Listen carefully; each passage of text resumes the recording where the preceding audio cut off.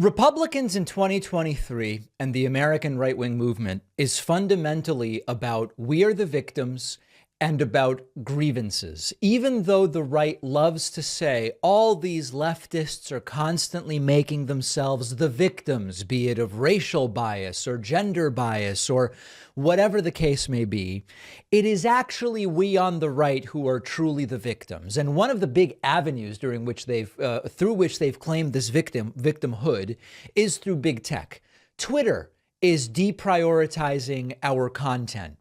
Ideas that are simply questioning the status quo and conventional wisdom of COVID vaccines are being shut down and we are being silenced and blah, blah, blah, blah, blah. And even though they love to say these left-wingers got to stop with the grievances and with the we are the victims, it is really the right that has played that card. And the most interesting aspect of it is that every time it's been tested, every time it's been investigated, every time it's been looked into in some detail, it turns out that that is actually not true. Republicans' latest ridiculous claim is against Google, and it is a claim of bias, and it has been debunked. They tried to say that Google spam filters in Gmail were biased against conservatives. The idea was the spam filter is not merely making an impartial analysis of what should be redirected to your spam folder. It is using partisanship, wherein Republican fundraising emails are much more likely to end up in spam than Democratic fundraising emails. Emails from the RNC are much more likely to end up in spam than emails from the DNC. And it has now been studied by the FEC, and the determination that's been made is that's just not the case. And of course, the right is outraged. The right says that the analysis itself is biased, but the truth is that whenever these things are looked into, we are unable to find evidence of bias in the investigation, and the investigation is unable to find evidence of bias in the underlying phenomena which they are looking at. The FEC looked into it and determined that it was not true. Now, this is not actually surprising, and it's not surprising in two different ways. It's not surprising when it comes to the RNC, and it's not surprising when it comes to Google. And I'll deal with each of those aspects one by one. The RNC and the Republican Party and right-wingers and MAGA, whatever, all of them, they have been grasping at straws, trying to prove big tech has a liberal bias. And the truth is that that has not been determined to be the case. When you looked at, just go through it one by one. When there was an analysis done of Twitter, it turned out that that was not the case. By the way, now that Elon Musk has taken over Twitter, there's this new thing called the For You feed. It's basically a sort of algorithmically curated feed, it's not the people you follow. It's sort of like a stuff you might be interested in.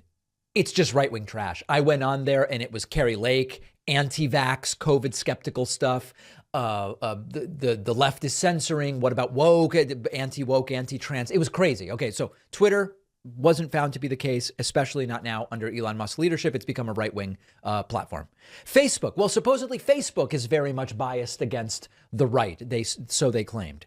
Then an analysis was done every single week, including leading up to the election, after the election, well before the elections, 2020, 2022.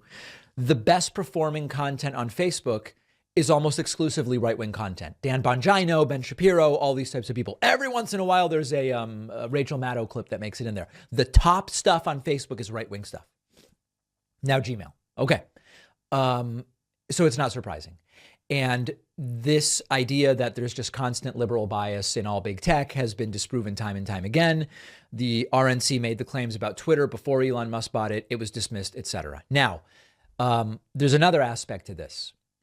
Republicans are trying to make campaigning against big tech a big part of their election strategy because, again, they are the party of victimhood. They are the grievance politics people. And it may still work. Like, it doesn't actually matter if they can keep campaigning on big tech is biased against us. It might still be useful to them. But then we get to the Google part. Listen, I am no generic defender of Google. I mean, in the same way that I'm no generic defender of any platform, but having spam filters that are biased against conservatives would not be in Google's interests in any way. Google is a business. Its primary goal is to make money. And alienating a large segment of the population through such partisan spam filtering, or even if it's not overt, but if campaigns don't convert and these right-wingers start to realize it's Gmail that's preventing the campaigns from converting by sending our emails into spam, it wouldn't be good for Google's business. It wouldn't be good for Gmail's business. So there's really no reason that they would do it.